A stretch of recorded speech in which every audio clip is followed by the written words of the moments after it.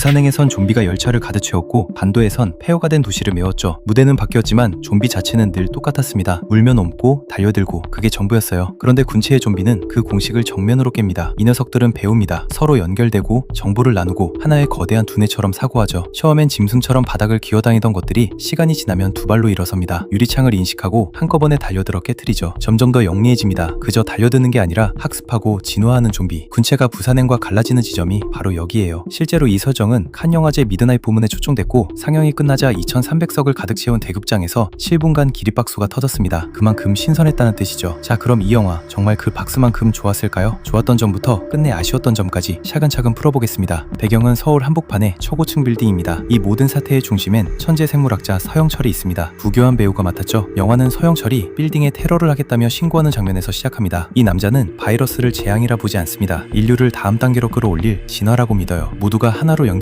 완벽하게 소통하는 세상, 그걸 만들겠다며 그는 자기 몸에 직접 바이러스를 주입합니다. 정부의 대테러 부대는 서둘러 건물을 봉쇄합니다. 그 빌딩에 갇힌 생명공학 교수 권세정, 전지현 배우가 11년 만에 스크린으로 돌아와 맡은 인물이 다른 생존자들과 함께 옥상을 향해 올라갑니다. 스스로 유일한 백신이라고 신고한 서영철을 데리고 구조대가 기다리는 옥상까지. 이 진화하는 좀비 떼를 뚫어내야만 하죠. 이 영화가 가장 빛나는 순간은 그 진화하는 좀비를 눈으로 직접 보여줄 때입니다. 조금만 삐끗하면 우스워지고 오그라들기 딱 좋습니다. 그런데 연상호 감독은 이걸 소름 돋게 뽑아냈어요. 감염자들이 새로운 정보를 학습하는 순간 일제히 고개를 치켜들고 경련하듯 멈추는 그 연출, 기괴하고 불길합니다. 사람 같은데 사람이 아닌 그 경계에서 움직이는 좀비 연기자들의 몸짓이 그 불쾌한 긴장을 완성하죠. 실제로 이 좀비 무리를 연기한 배우들의 모션 연기는 영화를 비판하는 사람들조차 입을 모아 칭찬하는 부분입니다. 압권은 따로 있습니다. 영화 후반, 창고에 숨어있던 생존자들에게 좀비들이 다가오는 장면이에요. 좀비들이 문 앞에서 사람 목소리를 흉내냅니다. 구조대입니다. 그 말을 믿은 한 여학생이 문을 열어버리죠. 듣는 순간 등골이 서늘해집니다. 좀비가 힘으로 부수는 게 아니라 인간을 속여서 무너뜨린다. 진화한 좀비가 얼마나 무서운 존재인지를 이 한 장면이 전부 설명합니다. 비슷한 장면이 하나 더 있어요. 초반을 활약하던 60대 노인이 좀비가 된 뒤 자기 휴대폰을 열어 생존자들의 단체 대화방을 들여다보는 장면입니다. 좀비가 핸드폰으로 정보를 빼낸다. 이쯤 되면 이건 그냥 멍청하게 달려드는 좀비가 아니죠. 생각하는 적입니다. 이런 디테일들이 이 영화의 가장 큰 매력이에요. 연기도 분위기를 든든하게 받칩니다. 부교한 배우는 사람을 홀리는 교활한 얼굴을 능청스럽게 그려내고 지창욱 배우는 중반을 넘어 흑화하는 순간 화면을 압도하죠. 좀비떼가 길을 가득 메우고 막아서는 그림, 경찰 특공대마저 좀비가 되어버린 장면은 이 영화가 가진 비주얼의 힘을 똑똑히 보여줍니다. 그리고 하나 더 의외로 반가웠던 지점이 있어요. 뻔한 심파가 없다는 것입니다. 연상호 감독의 전작들 부산행과 반도에는 거의 공식처럼 따라붙던 그 눈물 짜내기가 있었죠. 군체에도 누나와 동생이라는 가족 설정이 등장하지만 그걸 메인 서사로 끌고 와 억지로 올리려 하지 않습니다. 여기까지만 보면 군체는 한국 좀비물의 새로운 정점처럼 느껴집니다. 이 영화의 가장 먼저 발목을 잡는 건 역사적이게도 이 영화의 가장 큰 무기였던 그 좀비들의 소통 방식입니다. 처음엔 분명 신선했어요. 좀비들이 정보를 주고받고 학습하고 멈춰서서 경련하는 그 모습. 그런데 이게 영화 내내 똑같은 형태로 반복됩니다. 새 정보를 얻고 고개를 들고 공유하고, 신선했던 충격이 어느새 익숙한 패턴이 되고 익숙함은 곧 지루함으로 바뀌죠. 그렇게 좋았던 카드가 너무 자주 꺼내 쓰는 바람에 닳아버립니다. 차라리 그 소통 방식 자체가 영화가 흐를수록 한 단계씩 진화했다면 어땠을까요? 처음엔 단순한 신호였다가 나중엔 더 복잡하고 더 무서운 방식으로. 좀비는 분명 진화하는데 정작 그들이 대화하는 방식은 처음 그대로였다는 게 두고두고 아쉬운 지점입니다.